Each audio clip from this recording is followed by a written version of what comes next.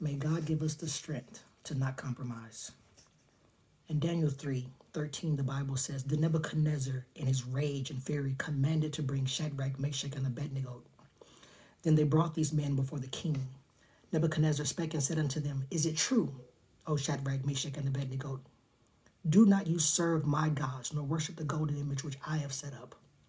Now if ye then be ready at the time that you hear the sound of the cornet, the flute, the harp, the sackbut, the psaltery, the dulcimer, and all kinds of music, and you fall down and worship the image which I have made, well. But if not, you shall be thrown into the midst of a burning fiery furnace. And who is that God that shall deliver you out of my hands?" Shadrach, Meshach, and Abednego answered and said to the king, "O Nebuchadnezzar, we are not careful to answer thee in this matter." I love it because they said, we're not careful to answer you. We're going to be very direct, very blunt. We don't have to think about it too hard because we've already thought about it. We already knew this question would eventually come up, whether we would compromise or not on our faith. And we've already decided that we will not compromise. To compromise means to break a promise. Usually when we compromise, we're breaking a promise that we've made to ourselves or we've made to our God.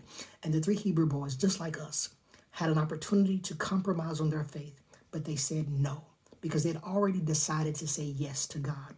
The king asked the question. He says, "Who is that God that shall deliver you out of my hands?" And that's the question that they're answering.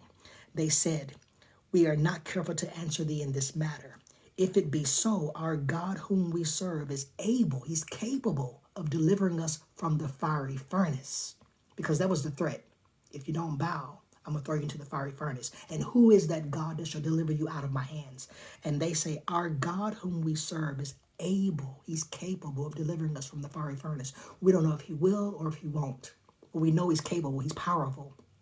But be it known unto thee, O king, we will not serve thy gods, because our God will deliver us out of thy hand, O king. He's capable of delivering us from the fiery furnace. We don't know if he will. But we do know he will deliver us out of your hand, O king, whether he deliver us miraculously by his power or whether he deliver us by allowing us to die. Either way, we will no longer be in your hands, O king, because we remain in the hands of our God. That's how we find the strength to say no to the compromises that come in our lives. We say yes to God, and it's easier to say no when the temptation to bow comes to us, because we all will be presented with an opportunity to compromise on our faith.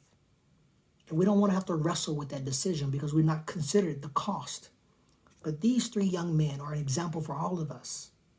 Our God will deliver us out of the hand of the enemy because we've decided in our hearts. I love what it says. Be it known unto thee, O king, that we will not serve thy gods nor worship the golden image which you have set up. We will be loyal to our God. May God give us the strength of these young men to not compromise, but to say yes to God in the face of every obstacle. God bless you.